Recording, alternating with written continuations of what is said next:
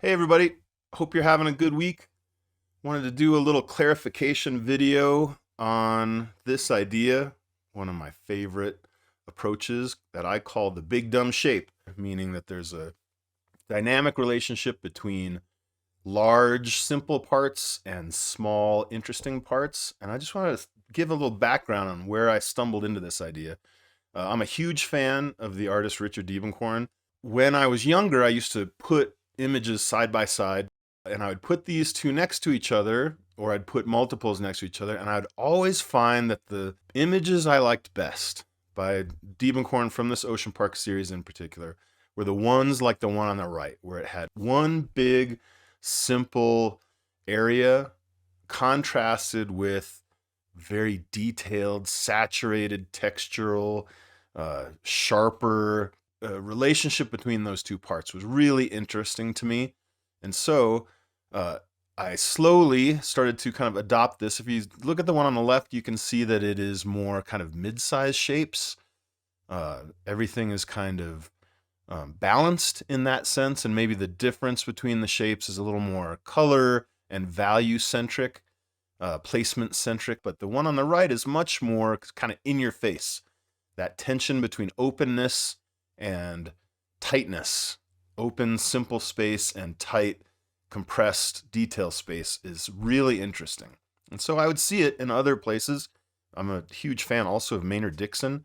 The one on the left, great painting, but kind of balanced. Not necessarily into thirds, but maybe more into a 3/5, 2/5 kind of division. Where the one on the right, the sky is very subtle and very quiet, very unified. I would call that one big shape. Maybe not completely dumb. There's other stuff happening in there, but kind of dumb. And then that is contrasted with the detail of the cowboys and the cattle down in the bottom, fifth, bottom eighth, whatever that is down there.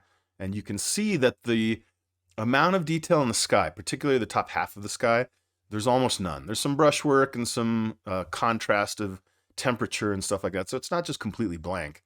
But compared to what's happening with the cowboys down at the bottom, I mean, you can see the horses' legs. You can see the hats.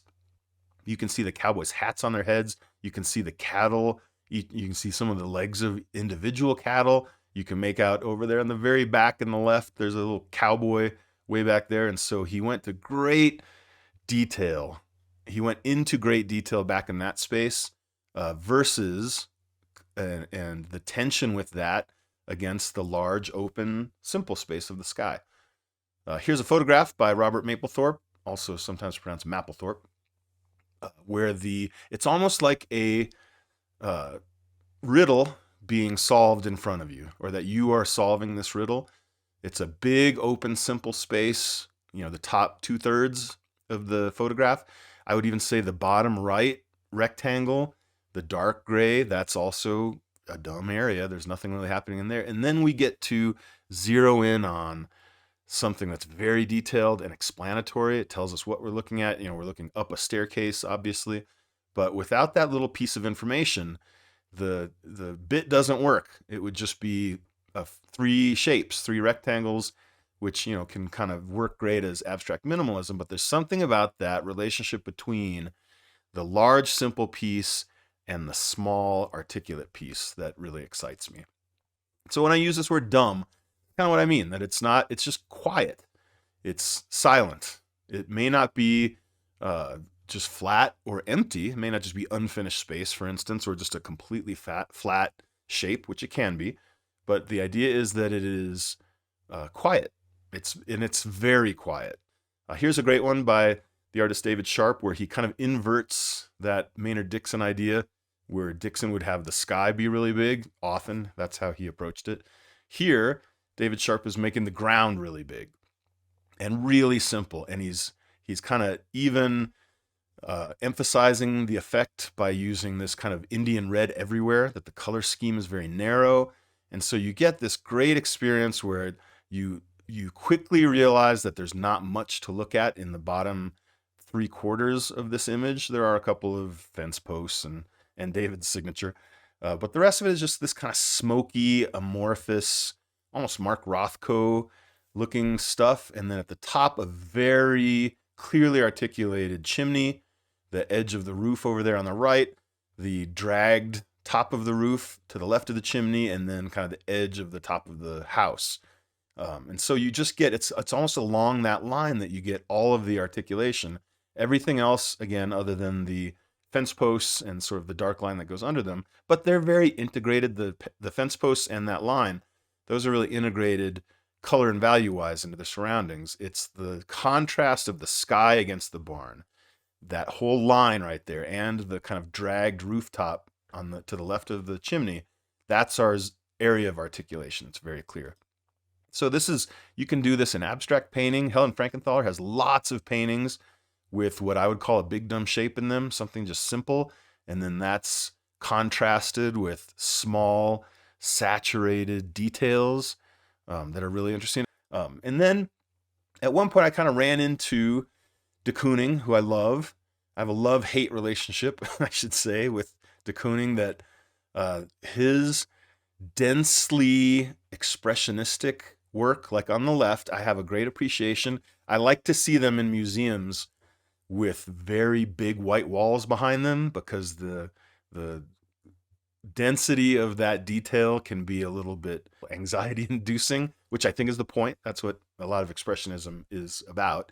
Where the one on the right feels a little more open, a little easier to navigate. The shapes are big and simple. There's a little bit of articulation. I'd say the bottom right, there's kind of a piece showing through there, some old details from a previous layer, and that kind of gives us our little bit of detail and articulation. Here's the painting, by the way, real size. They're nice to see in person. They just feel, especially if you're in a room full of de Koonings, oftentimes there'll be some of these in there too, the ones on the left. So it's kind of nice when you come across one of these, especially in that scale. There's something about the scale. It's very human. You know, it feels almost like you're in an interior looking around, and it's an important part to be able to see these in person. So if you're not abstract or landscape or anything like that, or interior, Kathleen Speranza, wonderful living master, an amazing, amazing painter. But notice there's an area of very articulated, clarified space, and then there's a whole lot of amorphous, unfinished, you could call it sloppy, I don't mean that in a bad way, less refined space. And it's the tension, this is the point of this, it's the tension between those two parts. The small amount of very clear information and the larger amount of very passive, unclear, undefined information. Here's Batu Garzapov, does a great job with this. You guys who are, if you're like me and you're kind of a lazy painter, it's a great approach, because you get to spend your first hour of painting, depending on the size you're working, maybe the first 20 minutes of your painting, just filling in big shapes. And in most cases, the filling in of those big shapes ends up being the final painting. And then you can just focus on where you want to put the medium, smaller and medium-sized shapes. And particularly if you want to articulate in one little area, you don't have to worry, was there a branch in the far left area of the trees? Who cares? It really doesn't matter. One of my favorite paintings in history. I love this. However, I have to give a disclaimer. I don't like the crack in the wall there. I wish it was just one big flat space. You could say that the wall is one shape and the sky is one shape, but because they are nearly identical in value, they kind of count as one big shape. I know there's a line in between them, so that would be another thing. If I could change this painting and wave a magic wand, I'd take that outline out that separates the wall from the sky, and then they would really be kind of one big simple shape. But it's that idea that there's an articulate space, very small and clear. Here's Joseph Podlesnik, one of my favorite photographer and artists, friend of mine as well, that I want you to notice that he did not walk into the frame more, into the mirror more, so you don't see his shoulders, for example, or his torso, or even his legs. It would be very tempting, I think, for most of us taking this picture to move ourselves into the mirror more, so that we kind of become the subject of the photograph. But notice that he's still the subject of the photograph, but he's only showing enough of himself that we understand that that's what's happening. He's being very stingy with that explanatory detail. It's really small. I mean, it takes up very little space. And then everything else that's outside and around the mirror isn't terribly interesting either. It's just garage sale stuff, it looks like, or home renovation, or maybe somebody's moving in. Who knows? But that mirror is sort of our focal area. And so the blue in the mirror, the sky, is the big dumb shape. And there's Joe just kind of tagging himself at the very bottom. And notice it's in the center. He's not observing any rule of thirds or any of that kind of stuff. It's a fantastic photograph. So the idea here is you can make an aesthetic choice out of this proportional tension.